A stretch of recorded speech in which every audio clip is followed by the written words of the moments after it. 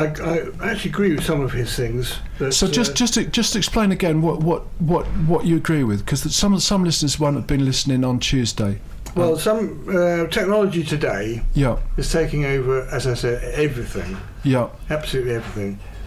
You and I will be replaced by a chip, silicon chip tomorrow, and a reliable chip.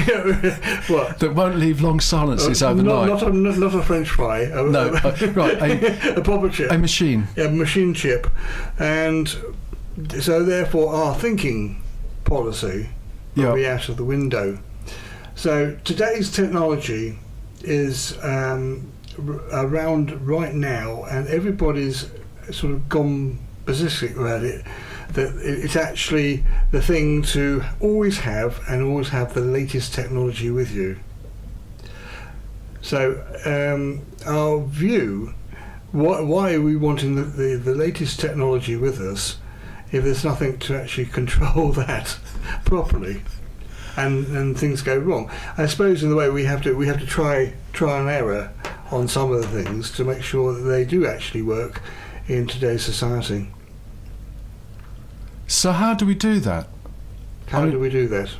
Do we trust the engineers? That's what we're doing. We're trusting the great leaders in the sky that was the thing, and everybody's got to have that thing. I disagree with a lot of things which go around us at the moment, and technology, I only use it to communicate with you bods up here because I'm quite far away. And so it's a communication thing for us, but it doesn't rule my life. See, I can still get a pen and paper out now at 2 and 2 quite easily without having to get a calculator out. Right.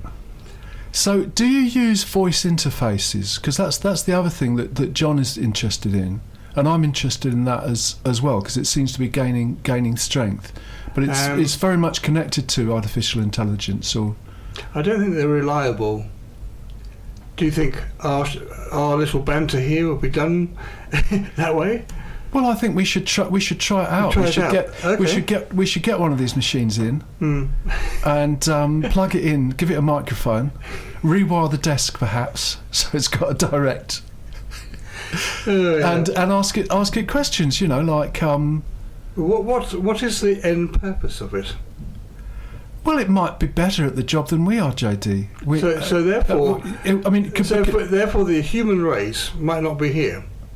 Well, it might have its own information about who is in the extra area within range of this signal, what the demographics are, what the history of the chart has been. But they come up with a playlist that made perfect sense. Yeah, but it makes, shall we say, we humans obsolete. We might, as we said, we might not want to be here.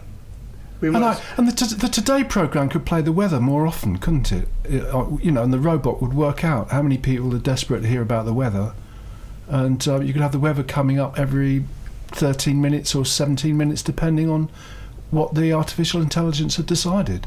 Well, that is at the moment in production. When you go into a big studio, one of the big radio stations, or any of the ones in the southwest, the computer overrules the human being. Really? Yeah.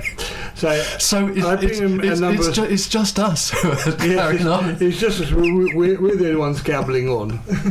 Oh. Yeah. So it's, if you go into the stations and you're coming up to 1 minute to 3 or something like that, and you've got a track which is 27 minutes long, yes. then everybody panics and they have to reshuffle everything to fit on right on time. Oh dear. So whereas with this show, we sort of start roughly about 10 o'clock and we finish about 12 o'clock. It's a rough sort of thing. Well, yeah, depending on who we're working with. I mean, the good, the bad and the ugly, they may all turn up this week. They normally, when Chris turns up, which will be about 10:30, he usually knows whether they're coming or if they're not coming. I think they probably will be here. And then it's for Chris to negotiate with them exactly when the show ends. Yes, but that's us human beings talking to each other, communication.